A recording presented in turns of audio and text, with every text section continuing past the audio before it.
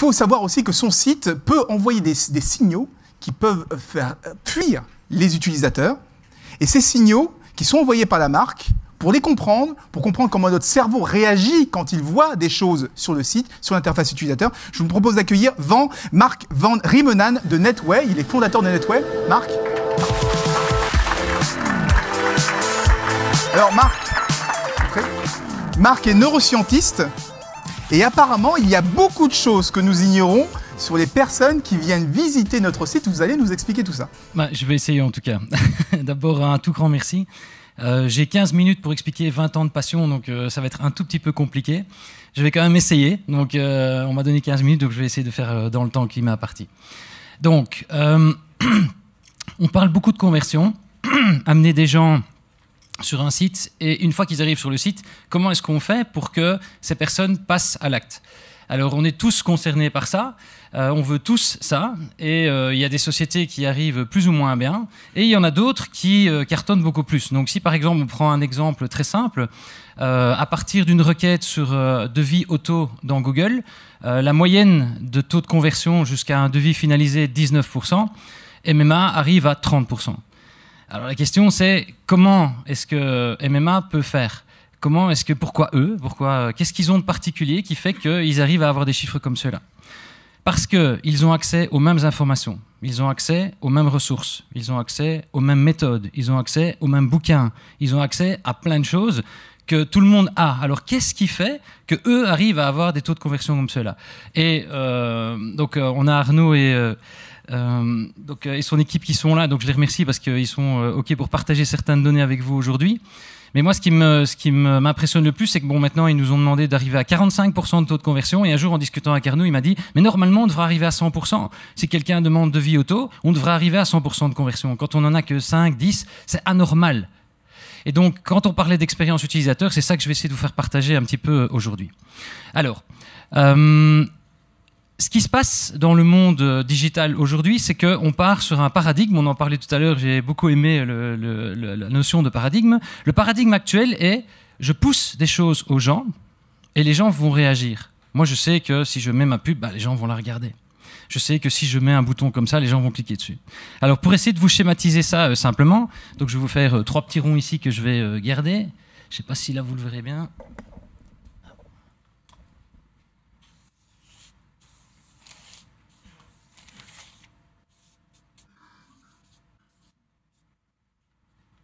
Voilà.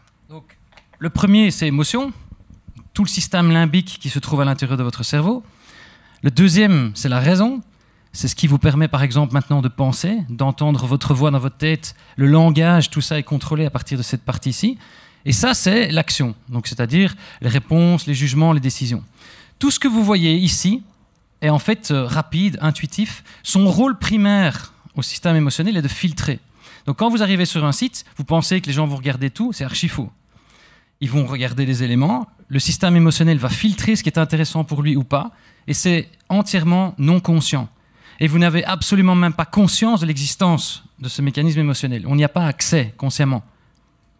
Donc ici, c'est plutôt réfléchi, lent, c'est toute la partie liée à la réflexion, qui demande un effort mental. Et ici, c'est tout ce qui est réponse, jugement et décision que vous demandez à quelqu'un de faire. Alors, c'est clair que c'est là, en fait, évidemment, que se joue la conversion. Mais je vais vous montrer ce que la moyenne des assureurs font aujourd'hui. Je m'appelle X, je vends des assurances et je vous offre 20% moins cher sur une assurance auto. Okay. C'est quoi la marque ? Vous ne savez pas. Est-ce que c'est sexy ? Est-ce que c'est engageant ? J'en sais rien. Ce qu'on a fait avec MMA ici, c'est quoi ? C'est de dire, nous savons que votre problème est la tranquillité d'esprit. Nous savons que quand vous venez, c'est chiant de faire un devis auto. On le sait. On sait que vous venez à 90% pour faire un devis auto, santé, habitation. Ce qu'on va faire, c'est qu'on va vous donner exactement ce que vous avez besoin. On va éviter que votre système ne doive filtrer entre les informations que vous voulez ou les informations que la marque veut pousser ou vous faire voir absolument. Parce que c'est un leurre de croire qu'on vous fait voir des choses.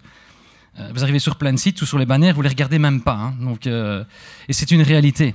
C'est ça que je vais essayer de vous exprimer un petit peu aujourd'hui. Alors, qu'est-ce qui fait la différence entre la moyenne des industries ou pas? Eh bien, c'est très simple. Si vous regardez dans l'autre sens, ça fait are. We are.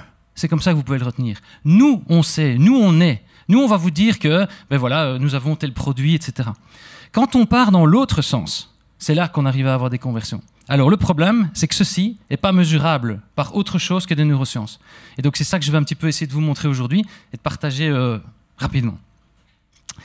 Donc, Daniel Kahneman, donc, qui a reçu en fait le prix Nobel d'économie, a dit la plupart du temps, les gens ne font pas ce qu'ils pensent ou ce que nous pensons qu'ils pensent. Donc, c'est juste pour vous donner le contexte. Quand vous pensez que les gens arrivent sur un site et font des choses, quand on parle de parcours et que vous vous dites ils vont faire ça, et que les gens vous disent verbalement quand vous faites une étude, oui, c'est vraiment bien ça, je vais le faire, et qu'après vous voyez que ça ne marche pas, c'est pour ça. C'est parce qu'en fait, il y a leur cerveau émotionnel qui gère en fait 80% des décisions est prise par le système limbique. Et c'est mécanique, c'est biologique, c'est physiologique. Il n'y a aucune information qui peut être traitée par votre conscience sans être préfiltrée par le système limbique. Donc c'est un autre monde. Quand on parlait d'autre monde tout à l'heure, j'aimais bien quand on parlait tout à l'heure justement de l'enseignement, il faut être fun, mais pourquoi est-ce qu'il faut être fun? Parce qu'on parle au cerveau émotionnel, on lui fournit ce qu'il veut. Si c'est chiant quelque chose, c'est normal que quelqu'un n'ait pas envie de le faire. Un parcours auto, un devis auto, c'est chiant. Pourquoi est-ce que je dois le faire? Parce que je suis obligé. Et vous allez voir qu'il y a moyen de transformer ça. Je vais vous montrer des exemples très concrets. Hein. Et ce qui est très intéressant, c'est que Daniel Kahneman, en fait, est prix Nobel en économie, mais il est sociologue. Donc vous voyez les shifts. On n'est plus occupé à dire un économiste parle aux économistes. C'est un sociologue qui parle. Donc 80% du processus de décision est basé sur les informations dans le E. Donc si vous parlez au A, c'est fini. Où vos chances sont très larges. Et 95% des activités cérébrales sont non conscientes. Vous mixez les deux et vous vous dites que quand vous partez de là, ben c'est normal qu'on ait des taux de conversion qui soient plus petits, difficiles, etc. Alors, le truc important à savoir, c'est que les gens n'agissent pas parce que vous le voulez. Ils n'agissent pas parce que vous le voulez. Quand on construit un parcours client, on ne peut pas partir en se disant « il va faire ça ». C'est directement partir de mauvais pied. Parce qu'à ce moment-là, on parle de là. On parle de ça, des décisions qu'il va prendre, etc. Il agit parce qu'il a un besoin et qu'il n'y a aucune barrière pour y arriver. Les neurosciences, c'est ça que ça permet, c'est de lever les barrières. Et vous allez voir que je vous montrerai les moyennes tout à l'heure avec, entre autres, des mesures IRM pour que vous puissiez me comprendre. Alors, mais finalement, je vous parle de cerveau, mais c'est quoi un cerveau ? Alors, vous avez en fait, donc ça a la forme d'une noix, ça pèse 1,3 kg. Vous avez 100 milliards de neurones à l'intérieur de votre boîte crânienne. C'est autant que toutes les étoiles dans notre galaxie ou que le nombre d'êtres humains qui a vécu sur Terre depuis le démarrage de notre espèce. C'est juste pour vous donner... Et si vous demandez comment ça tient à l'intérieur d'un crâne, c'est simplement parce que le diamètre d'un neurone est de 4 microns. Donc ça veut dire que sur une tête d'épingle, vous en mettez 30 000. Et ça... Vous êtes équipés tous avec un cerveau incroyable. C'est une machine incroyable, mais dont on n'a pas reçu le mode d'emploi, qu'on ne connaît pas. On pense qu'il fonctionne en secondes, il fonctionne en millisecondes. C'est un monde qu'on ne connaît pas et on n'a pas la capacité de l'appréhender avec notre propre esprit. C'est pas possible. Or, si 80% des informations sont prises par le cerveau émotionnel et que je ne sais pas y avoir accès, là, il y a quelque chose où on peut travailler. Alors, vous avez en fait, chaque neurone est connecté à 10 000 autres neurones, ce qui fait que vous avez 1 million de milliards de connexions synaptiques à l'intérieur de votre cerveau. Donc vous imaginez un petit peu la somme. Et pour faire tourner tout ça, vous avez 650 km de vaisseaux sanguins, donc ça fait entre New York et Montréal, comme ça vous voyez un petit peu la taille, pour alimenter tout ça. Et je vous parlais tout à l'heure des neurones. Les neurones sont cartographiés dans votre cerveau. Donc vous avez en fait des neurones qui sont spécifiques pour certaines tâches. Et donc Monsieur Brodmann, donc, qui est un neurologue allemand, en fait, a déterminé 52 grandes fonctions à l'intérieur du cerveau. Par exemple, on a tous peur au même endroit. On aime tous au même endroit. On voit tous au même endroit. Quand on hésite Est-ce que je vais faire ça? Est-ce que je vais pas faire? Il y a une zone particulière. Est-ce que je me sens gratifié par une marque? Il y a une zone particulière. Et ce sont toutes des fonctions différentes. Alors chez Netway, en fait, on en utilise 31 au total. Donc, mais ça part depuis... celui à droite, vous voyez l'espèce de petite noix là, bleue, là, ça c'est votre cerveau limbique, le cerveau émotionnel. Et vous avez par exemple la détection des zones intéressantes, qui est une fonction particulière, l'anticipation du plaisir, qui est une fonction particulière. Vous pouvez bien vous imaginer que chez MMA, l'anticipation du plaisir à l'idée de faire un devis peut être très faible. Tout comme le niveau de motivation émotionnelle. Mais un niveau de motivation émotionnelle peut être très élevé dans d'autres cas, dans d'autres industries, dans le luxe, etc. Mais ne pas savoir ça au démarrage... Comment est-ce qu'on peut construire un parcours client sans savoir ça? Donc vous avez d'autres fonctions, comme par exemple la transformation des émotions en intention d'action, la perception des risques, etc. Tout ça, ce sont des zones. Et la bonne nouvelle, c'est que les neurosciences, ça permet de le mesurer. Donc c'est pas de la science-fiction. Alors, je vais vous montrer les résultats tout de suite. Alors, maintenant, j'ai fait de blabla, etc. Mais moi, j'aime bien vous faire vivre des choses. Donc, ce que je vais vous demander dans 2 secondes, c'est juste de fermer vos yeux. Il n'y a rien qui va se passer, ne vous inquiétez pas. On ne va pas vous voler votre sac, la salle va rester intacte, il ne va pas y avoir de l'eau partout. Vous allez entendre un son et je vais simplement vous demander de laisser vos souvenirs remonter. D'accord? Fermez vos yeux. On y va.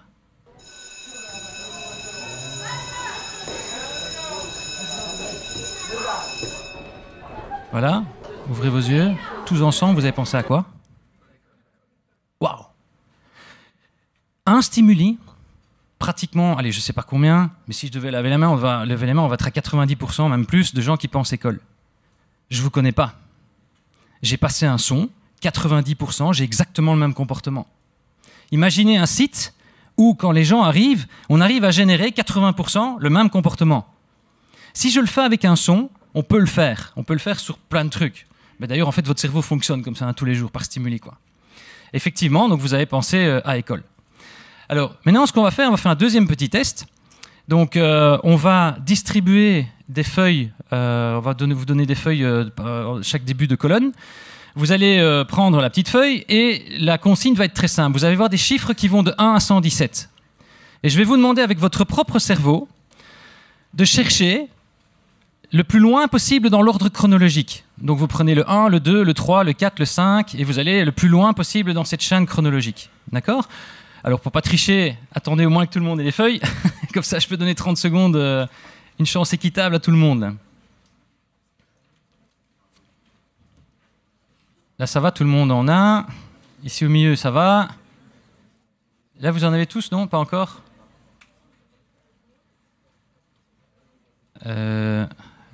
Adélaïde? Je pense qu'il en manque juste devant, là.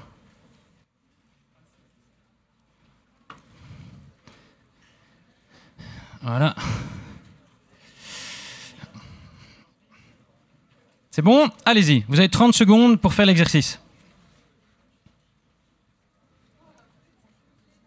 Donc le but, c'est de retrouver les chiffres dans l'ordre chronologique. Le 1, 2, 3, 4, 5, et vous allez le plus loin possible. Il vous reste 10 secondes. Ça passe vite, hein, 30 secondes.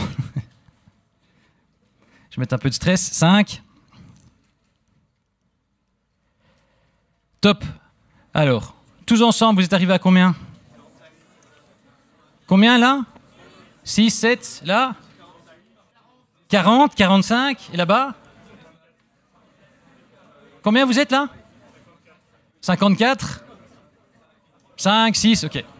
Alors, ce qui est très intéressant, c'est qu'on a en fait, on a un peu biaisé le test, c'est-à-dire qu'ici au milieu, j'ai généré la même chose que ce que vous avez des deux côtés. Sauf que là, je les ai fait fonctionner avec un système automatique, avec leur système limbique émotionnel. Dans les autres cas, je vous ai fait fonctionner avec des lignes, enfin avec des chiffres où vous avez dû travailler avec une autre zone de votre cerveau. Ici, ce que vous avez dû sentir, c'est « Mon Dieu, mais où est-ce qu'il est le 3, le 4, je ne comprends pas, où est-ce qu'il est le 5 ?» Et vous avez entendu ça. Ça, c'est le R. C'est le R qui parle ici. D'accord? Tandis que là, qu'est-ce qui s'est passé? Au bout de 3 secondes, vous dites « Bah oui. Bah oui. » Clac, clac, clac, clac, clac. Et vous dites, mais qu'est-ce qu'ils ont reçu eux? Et vous dites, qu'est-ce qu'ils ont reçu? Je vais vous montrer. Donc en fait, les gens à gauche et à droite ont reçu ça. D'accord? Et donc, moi, en tant que concepteur, j'ai généré un comportement de difficulté volontaire. Il y a beaucoup qui font pas ça volontairement, mais là, c'est volontaire. Et ça, c'est la feuille que les gens au milieu ont reçue. Ça, c'est la différence entre are, we are ou era. Dans un cas, je force votre cerveau à fonctionner sur des choses et je sais que ça va être compliqué. Dans l'autre, je facilite les choses et je fais avec exactement les mêmes données que ça aille hyper vite. C'est les mêmes données placées aux mêmes endroits. La seule différence, c'est que j'active un modèle mental à droite, qui est la lecture latine gauche-droite au bas, et dès que c'est activé, clac, vous passez en mode automatique et hop, c'est parti. Tandis que vous avez succulé, quoi. Enfin, en disant bruxellois, c'est avoir difficile. Donc voilà. Alors, je vais vous demander un autre petit exercice. Donc, vous voyez une image, et je vais simplement vous demander de regarder la scène et de retenir là où vous avez regardé. D'accord ? Alors, voilà probablement le parcours oculaire que vous avez dû emprunter. Donc, vous avez en haut à gauche la tête de l'homme. Puis si vous partez sur la droite, vous allez voir la tête des gens de maison, la tête de la maman, la tête de l'enfant, etc. Mais il n'y a personne qui vient sur votre site avec rien dans la tête. D'accord ? Donc, ils veulent faire une tâche. Donc, prochain exercice, vous me répondez le plus rapidement possible. Le plus vite, quoi. C'est vraiment le truc, c'est la vitesse, quoi. Et je vais vous poser une question simple. Dans quelle pièce se passe cette scène ? Salle à manger. Voilà ce que vous avez regardé, ou que, en tout cas, votre cerveau a été cherché comme information, sans même que vous en rendiez compte. Quelle est la personne la plus influente dans la scène ? L'homme, la femme ? Voilà ce que vous avez été chercher. C'est comme le son. On est d'accord que c'est la même image. Ouais ? Mais qu'en fonction de ce que la personne veut faire, son parcours va être différent. Imaginez une méthode qui part dans l'autre sens. C'est-à-dire que je détermine ce que la personne veut faire, je vais le simplifier au maximum, je vais lui donner à sa raison des éléments où il ne faut pas penser, comme vous avez pendant 2-3 secondes, clac, vous passez en mode automatique, pour que derrière, les gens agissent. Ça, c'est une méthode dans l'autre sens, ERA. Et donc, il y a moyen de faire ça pour n'importe quoi. Alors, pour vous montrer ce qu'on a fait maintenant concrètement sur MMA, donc, de nouveau, je les remercie pour partager ces données-là, parce que c'est quand même des données, il n'y a personne qui a vu ce que je vais vous montrer. Donc, c'est pour ça que j'insiste en les remerciant. Donc, la première chose qu'on fait, c'est une stratégie comportementale. À la place de designer des écrans, il faut designer des comportements, pas des parcours, des comportements. Qu'est-ce que vous voulez voir à la fin du parcours ? Qu'est-ce que vous voulez que la personne se dise, fasse, sourie, etc. C'est du design de comportement. Une fois que vous avez compris quel est le comportement actuel et quel est le comportement que vous voulez, entre les deux, on peut designer un comportement. Ensuite, seulement, on fait l'architecture des parcours. Parce que là, on sait ce qu'on veut générer comme comportement. Et seulement une fois qu'on a fait ça, on rentre dans les écrans. Et encore dans les écrans, on arrive à générer des écrans qu'à la toute fin, parce que vous connaissez tous ça. Dès que vous montrez un écran, c'est « Ah non, moi, j'aime pas ça. Non, mais le carré rouge, c'est quand même mieux que le bleu. Et puis pour la marque, il vaut mieux mettre de l'orange, etc. quoi. Et les discussions sont parties, quoi. Et le troisième, ce sont des neurotests. Et c'est ça que je vais vous présenter aujourd'hui, parce que là, je suis dû en retard. Donc, je vais essayer d'accélérer encore le mouvement un petit peu. Donc, ce qu'il existe comme technologie aujourd'hui pour mesurer des parcours, donc évidemment, il y a l'eye tracking, ça c'est le plus simple. Il y a de l'advanced eye tracking, donc ça c'est vraiment des mesures avec diamètre pupillaire, etc. On a l'électroencéphalogramme, donc qui est transportable, donc on peut coupler ça avec de l'eye tracking, et vous avez de l'IRMF, donc c'est-à-dire de la résonance magnétique. Ce que je vais vous montrer ici, sur MMA, donc MMA a fait des écrans. L'avantage d'avoir des technologies comme celle-là, c'est qu'on peut mesurer chaque composant de l'écran. Un écran est composé de plein d'objets. On peut mesurer chaque objet séparément et regarder ce qui va et ce qui ne va pas. Et je vais vous montrer des exemples très concrets. Donc d'abord, la colonne que vous voyez, alors pour faire simple, ne regardez pas tous les chiffres, c'est un peu compliqué. Vous voyez en bas qu'il y a un rectangle gris avec 140 marqué dedans. À gauche, vous voyez émotion, raison, action qui sont liées à ceci. Et ce que vous voyez là, c'est la moyenne des 31 fonctions activées à l'intérieur d'un cerveau sur toutes les homepages des assureurs français. D'accord ? Ce que vous voyez ensuite, le deuxième, c'est dans le voyage. Et là, vous allez voir qu'en haut, l'émotion commence à devenir un peu plus importante. Le troisième que vous voyez, ce sont des landing pages qu'on a développés pour Sony, donc au niveau Europe. Et ce que vous voyez là, c'est le nouveau site MMA. Alors, je ne sais pas si, juste pour vous montrer ici, il y a une zone qui s'appelle la gratification de soi en lien avec la marque. Regardez bien, on parle d'un assureur. Hein. On ne parle pas d'un truc hyper sexy, quoi. On parle d'un assureur. On a augmenté la gratification de soi en lien avec la marque. On a augmenté la détection des zones intéressantes. On a augmenté l'attention visuelle vers des stimuli jugés attractifs et pertinents. Alors que, quand vous voyez dans l'autre colonne, tous ces éléments-là ne sont pas activés. Et donc, c'est un site d'assureur. Il n'est pas online, donc c'est celui qui va sortir bientôt. Et pour vous montrer des parties de cela, Donc, quand vous arrivez dans un devis auto, donc vous spécifiez en fait votre besoin, vous avez différentes formules qui sont affichées. Alors là, vous voyez les formules à gauche, là. Il y en a 3, avec un bouton orange, faire un devis. Je vais juste vous demander de vous concentrer sur les données en haut, là, sur l'émotion, en haut à droite. Vous voyez les petites flèches, là? La structure visuelle, etc. Regardez bien maintenant, je vais juste rajouter des petites étoiles. C'est tout. Clac.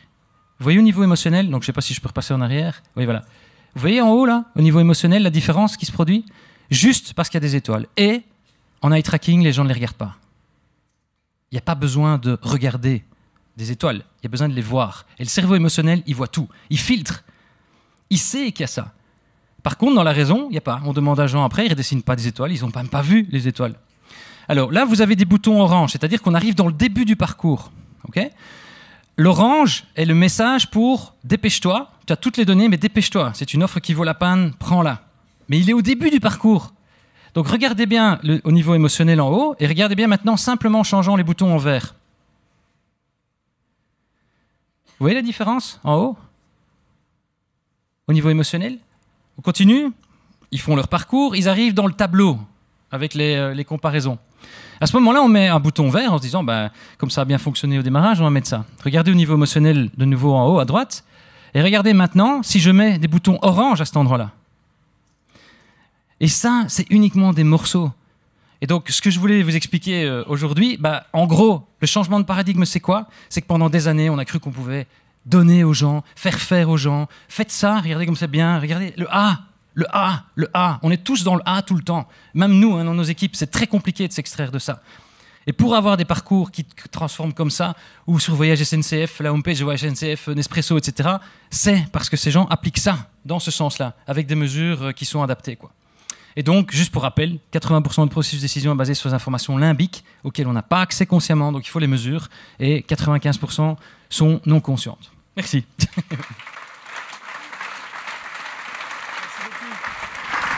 Merci Marc. Merci.